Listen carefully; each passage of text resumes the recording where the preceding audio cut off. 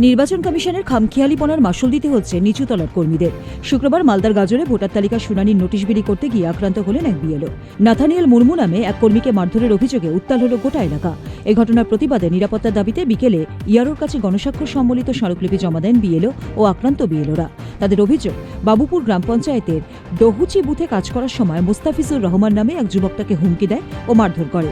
BLO সংগঠনের নেতা মানিক কুণ্ডু জানান, ঘণ্টায় ঘণ্টায় কমিশনের নিয়ম বদলের কারণে সাধারণ মানুষের রোষের মুখে পড়তে হচ্ছে আমাদেরই। পর্যাপ্ত নিরাপত্তা না পেরে আমরা সমস্ত বিএলও একযোগে ইস্তফা দেব। এই ঘটনায় প্রশাসনিক স্তরে তীব্র চাঞ্চল্য ছড়িয়েছে।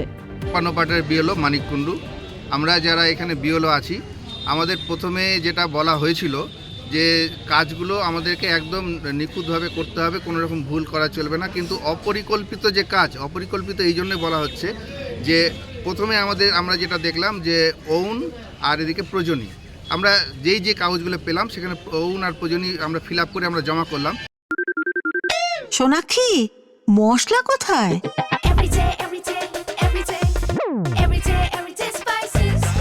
এভরিডে মশলা, দেশের স্বাদ। কিন্তু তারপরে দেখা যাচ্ছে সেগুলোর আবার লজিক্যাল ডিসক্রিপেন্সি চলে আসছে। লজিক্যাল ডিসক্রিপেন্সি যখন আসলো তখন আমরা সেই কাজগুলোকে আবার কাগজগুলো সংগ্রহ করতে হচ্ছে। যে প্রথমে কিন্তু বলেছিল যে কোনো রকম ডকুমেন্টস নেওয়া যাবে না, পরে আবার সেই লোকগুলোকে আমরা ডাকছি এবং তারা রীতিমতো হ্যারাস হচ্ছে। ডেকে তাদের সেই লজিক্যাল ডিসক্রিপেন্সি কেন হচ্ছে না, এই জিনিসগুলোর জন্য হচ্ছে, এগুলো আমরা নিয়ে আমরা আবার সাবমিট করলাম। পরে দেখা যাচ্ছে কি যে যাদের আমরা লজিক্যাল ডিসক্রিপেন্সির জন্য আমরা কাগজ জমা করেছিলাম এবং সাবমিট করলাম, সাকসেসফুলি দেখিয়ে দিল, সেই কাগজগুলো তাদেরকে আবার আসছে। এইভাবে কি হচ্ছে না, সেই লোকগুলো আমাদের প্রতি আস্তে আস্তে তাদের ক্ষিপ্রতাটা বেড়ে যাচ্ছে এবং আমাদেরকে কিন্তু এখান থেকেও ব্লক থেকেও এই কাজগুলো করতে বাধ্য করা হচ্ছে।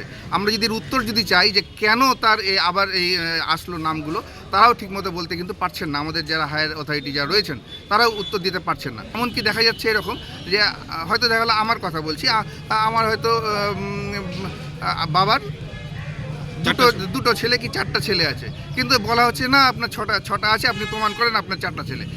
এরকম একটা তুগলকি কাজকর্মগুলো চলছে এবং যার ফলে কি হচ্ছে, আমরা কিন্তু এর হেনস্থা হচ্ছি। আমরা যারা বিএলও আছি, আমরা বিভিন্ন জায়গায় বিভিন্ন রাতে বিরাতে আমরা কাজ করছি এবং আমাদের কোনো রকম কিন্তু সাপোর্ট এখান থেকে দেওয়া হচ্ছে না। আমরা এর প্রতিবাদ জানাই এবং আমরা আগামীতে গণ ইস্তফা দেওয়ার জন্য সবাইকে আমরা ডাকি। গাজল থেকে পঙ্কজ ঘোষের সঙ্গে গৌতম দাসের রিপোর্ট, উত্তরবঙ্গ সংবাদ।